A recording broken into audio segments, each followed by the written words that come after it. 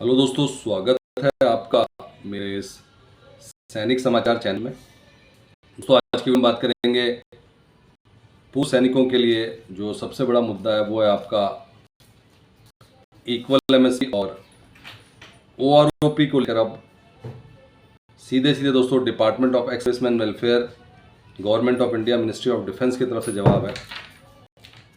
और दोस्तों ये जवाब बहुत इंपॉर्टेंट है क्योंकि ये आप देख सकते हैं इसमें कि ये अभी अगस्त महीने में जो है क्वेश्चन आंसर सेशन हुआ था और इसमें जो पूर्व सैनिकों में जो सबसे ज़्यादा बड़ा मुद्दा है आज की डेट में भी दोस्तों, बहुत सारे ऐसे रैंक है जिसमें कि ओआरओपी का उनको कोई फ़ायदा नहीं हुआ है।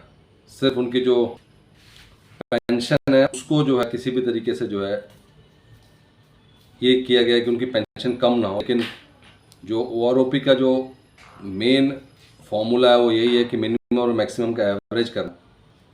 तो अगर बात करते हैं एवरेज की तो आप समझ सकते हैं कि जो मैक्सिमम वाला है उसको तो हमेशा नुकसान ही होगा।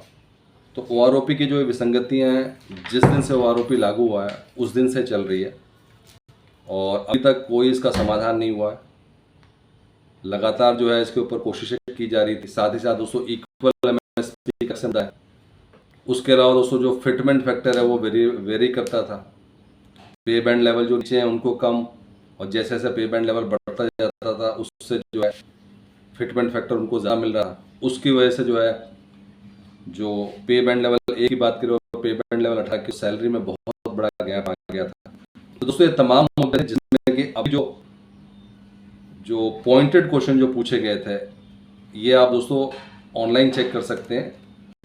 हम भी ऑनलाइन प्लेटफॉर्म से हमें पता चलता है इन चीज़ों का, जहाँ पे क्योंकि ये ऑथेंटिक इसलिए होता है क्योंकि ये सरकार की तरफ से लेटर जारी होते हैं जो कि क्वेश्चन आंसर सेशन होता है और ये पब्लिक को जानने का अधिकार है कि क्या चल रहा है। उसी को लेकर दोस्तों, whether the government has taken any steps to address anomalies and grievances arising from the implementation of one rank one pension। पहला क्वेश्चन यही था कि एनोमली जो आई है उसके क्या लिया भी है कि नहीं लिया है, if so details there of. और उसके अलावा the manner in which government adjustment adequately reflect the pressure found by veterans, increase in inflation adjusted allowance for employees and pensioners by 4% in 2024। दोस्तों ये तीसरा क्वेश्चन था और इसमें जो है लिखा है कि यस सर, जो कि जवाब है कि क्या ओआरओपी में सही में कुछ काम हो रहा है उसकी एनोमलीज को दूर करने के लिए। तो इसमें साफ लिखा है yes sir, government is continuously in consultation with concerned authorities, issues clarification on the anomalies, grievances arising from the implementation of OROP scheme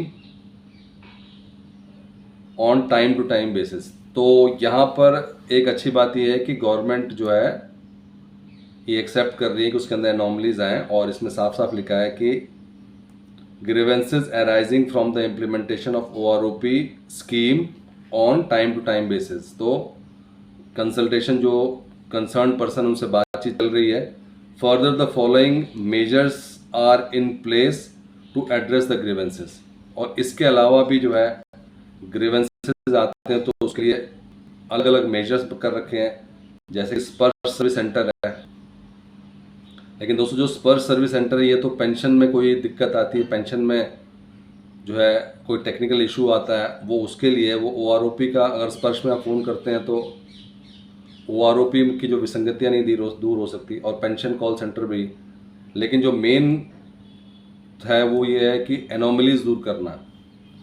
जो दूसरा पॉइंट है वो ठीक पॉइंट है कि बाकी ग्रीवेंसेस के लिए स्पर्श कॉल सेंटर बना रखा है, पेंशन कॉल सेंटर बना रखा है, स्पर्श सर्विस। लेकिन जो मेन मुद्दा यही है कि उनका जो ओआरओपी का जो इशू है, जो एनोमलीज है वो 2014 से लेकर अभी तक दोस्तों सेम की सेम है। उसके ऊपर जो है एग्जैक्ट जवाब नहीं आया। उसमें साफ लिखा है कि in consultation with concern authorities issues clarification on the anomalies grievances arising from the implementation of OROP. और वो कह रहे हैं कि टाइम टू टाइम बेसिस पे हम लोग उसमें करते रहते हैं। इसके साथ साथ दोस्तों और भी बहुत सारे पॉइंट्स हैं जो इक्वल एमएसपी का अभी तक नहीं इम्प्लीमेंट हुआ, उसको लेकर जो है अभी तक कोई भी स्टेप्स नहीं लिए गए। लेकिन तो अभी ओआरओपी के लिए कोई क्लियर जवाब नहीं आया। उम्मीद थी कि इस बार क्लियर जवाब है, लेकिन अभी तक कोई जवाब नहीं आया। दोस्तों ये था आज का इम्पोर्टेंट अपडेट ओआरओपी के जो है सरकार की तरफ से क्या स्टेप्स लिए जा रहे हैं उसको लेकर। स्पर सेंटर है वहाँ पे और पेंशन कॉल सेंटर। अगर वीडियो पसंद आए तो लाइक कीजिए, शेयर कीजिए और सब्सक्राइब करना